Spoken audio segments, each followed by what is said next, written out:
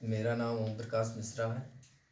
मैं यहीं प्रयागराज में पढ़ता हूँ और पढ़ाने के लिए भी आप सभी के लिए कोशिश करता हूँ कि आप सभी को समझ में आए और आप भी उन्नति करें। तो गाइस क्या है कि आज मैं ज़्यादा ना बोलते हुए सीधे अपने टॉपिक पे आता हूँ और आपको आज मैं बताऊँगा कि फिगर ऑफ काउंटिंग यानी कि जैसे फिगर होते हैं उसके अंदर हमें वृत्त, वर्ग, त्रिभुज, रेखाएं आदि चीज़ें गिननी होती हैं, काउंट करनी होती हैं। और यदि पेपर में ऐसे सवाल आ जाते हैं तो हम क्या करते हैं कि उसको गिनने के लिए तो नहीं बैठेंगे क्योंकि इतना हमारे पास टाइम नहीं होता है।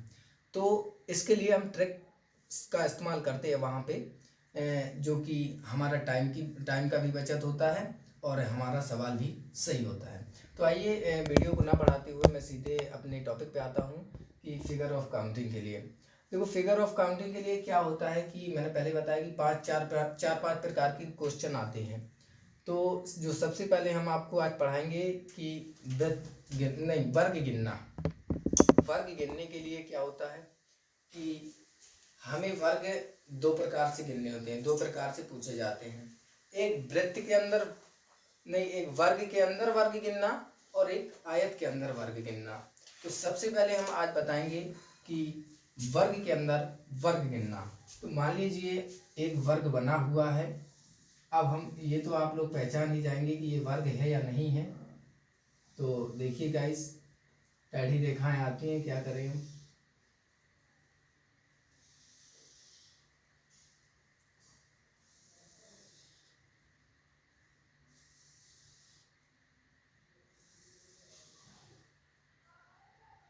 तो आप गाइस बता देंगे कि ये वर्ग बना हुआ है पूरा।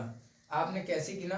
क्योंकि जो रो होती है वो गिन ली हमने और ये गिन ली। तो हमें पता चल गया कि ये 4x4 का क्या बन रहा, आप भी बन रहा है। ये आप भी होते थे पहले, आप भी जानते होंगे क्योंकि कक्षा 11-12 में पढ़ा है। मैट्रिक्स बोलते हैं इसे। तो देखिए ये वर्ग है। अब हम इसे अगर काउंट करेंगे, यदि हम वहाँ आ जाएगा पेपर में तो हम ऐसे एक दो ऐसे नहीं गिनेंगे। अगर ऐसे गिनेंगे तो हमारा टाइम भी खराब चला जाएगा और हमें अपने टाइम की बचत करनी है। इसलिए हम क्या करेंगे, इसकी शॉर्ट ट्रिक होती है। सबसे पहले हमें ये पहचानना है कि ये वर्ग बना है या आयत। तो हमने देखा कि वर्ग बना है और वर्ग के अंदर वर्ग पूछा है। तो हमें क्या करना है, हमें सिर्फ ये गिन लेना है और ये गिन लेना है। हमें ये लिख लेना है 4 और हमें इसका वर्ग कर देना है, फिर हमें प्लस कर देना है और यहाँ से जब तक करते जाएंगे जब तक कि एक ना आ जाए। एक के बाद नहीं करना क्योंकि एक के बाद 0 आएगा, 0 का वर्ग करें या कुछ करें वो 0 ही होगा। तो आप जानते हैं 16 हो जाएगा, ये 9 हो जाएगा, ये 4 हो जाएगा और ये 1 हो जाएगा। तो आप काउंट करेंगे 16 9 25 4 29 30। तो इस प्रकार हमें पता चल जाएगी 30 आ गया। तो ये ट्रिक आपको समझ में आई होगी। और क्या होता है कि जो आपके वनडे एग्जाम होते हैं उसमें ऐसे पूछे जाते हैं, लेकिन सीजीएल में थोड़ा ऐसे और हटके पूछा जाता है। तो सीजीएल के लिए क्या होता है कि ये आपको याद करना पड़ता है कि हमें देखने से पता चल जाएगा कि 4x4 का है, इसमें 30 है। क्योंकि इसमें कुछ बनावट कर देते हैं और फिर पूछते हैं कि अब बताइए कि इसमें कितने वर्ग बने हुए हैं। तो फिर हमें वहाँ अपनी ट्रिक दूसरी लगानी पड़ती है। तो आइए गाइस, ये आपको याद हो गया होगा। ये याद नहीं हुआ तो समझ लेना। एक और ट्रिक बताते हैं हम कि रहने दें।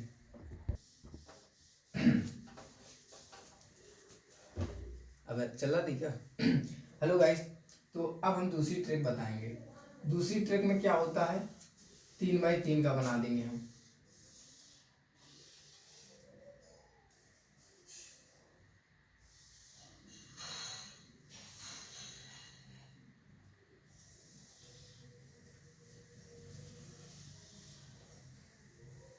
तो गैस देखा, ये हमारा वर्ग बना हुआ है, इसमें काउंट करना है। तो सबसे पहले 1 2 3 और 2 3 ये काउंट हो गए।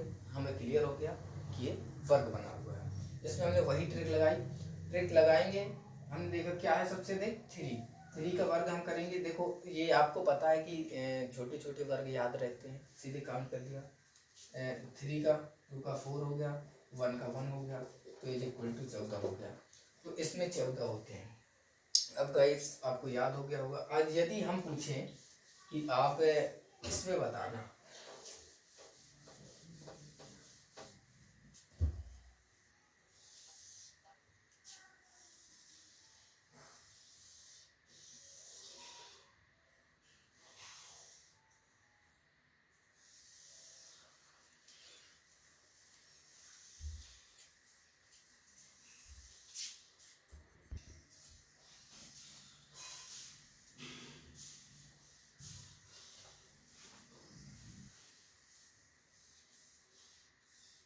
अब गाइस मैं आपसे पूछूंगा कि आप इसमें बताइए कितने वर्ग बने हुए हैं। आप देखो मैं कोई पटरी से तो बना नहीं रहा हूँ ना, इसमें हमारा जो इलेक्ट्रिक बोर्ड है उससे नहीं है, तो इसलिए थोड़ी रेखाएं टेढ़ी हैं, इसमें मुझे माफ़ करना। तो देखिए गाइस कि अब आपसे पूछा जाए कि इसमें बताइए कितने वर्ग हैं, तो आप काउंट करेंगे। अब आप काउंट करने के लिए सबसे पहले अगर यदि आपको ये मालूम है तो आपका 90% काम खत्म हो जाएगा। और दूसरी चीज आपकी ये हो जाएगी, अब ये हुआ, इसके लिए भी ट्रिक होती है और इसके लिए भी। तो मैं आपको बता रहा हूँ, सुनो। सबसे पहले हमने ये देखा 1 2 3 2 3, तो ये हमारा 3/3 का मैट्रिक्स बन रहा है।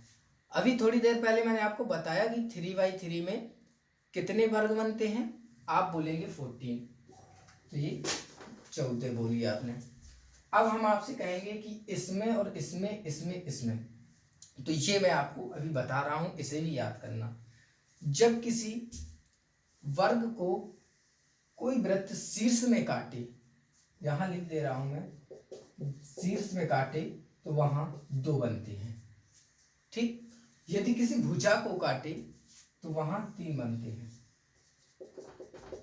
और यदि बीच में या मध्य में काटे तो वहां आपके कितने बनते हैं, 5 बनते हैं। ये बात आपको याद रखना है। ये मध्य में हो जाएगा तो यहाँ 5 बनते हैं। अब गाइस आप इस सवाल का आंसर आसान तरीके से दे देंगे, क्यों? क्योंकि ये हमें पता है इसमें 14 है, ये हमने लिख लिया। इसमें हमें पता है 5 बनेंगे, इसमें भी हमें पता है 5 बनेंगे, और इसमें हमें पता है कितने बनेंगे, जब शीर्ष में काटेगा तो 2 बनेंगे, और जब किसी भुजा को काटेगा तो हमें पता है कि 3 बनेंगे। इस तरीके से हम काउंट कर लेंगे तो ये आपके कितने हो जाएंगे, 34 हो जाएंगे। तो 34 से रुकना थोड़ी क्या होता है कि काउंटिंग थोड़ी अच्छी तरीके से नहीं होती है, तो ये 29 हो जाएंगे, ठीक है गाइस। तो मैं यहीं आप वीडियो को समाप्त करता हूँ। और मेरे देखिए गाइस क्या है कि ये हमारे सर हैं ओम प्रकाश सर, ठीक है। ये हमारे चैनल पर जुड़े हुए हैं और आपको कहीं ना कहीं हिस्ट्री अवेलेबल करवाई जाएगी, तो इन्हीं के माध्यम से करवाई जाएगी। यह हमारे ओम प्रकाश मिश्रा जी हैं, इन्हीं के माध्यम से आपको हिस्ट्री प्रोवाइड करवाई जाएगी जो कि एनसीईआरटी के थ्रू होगी।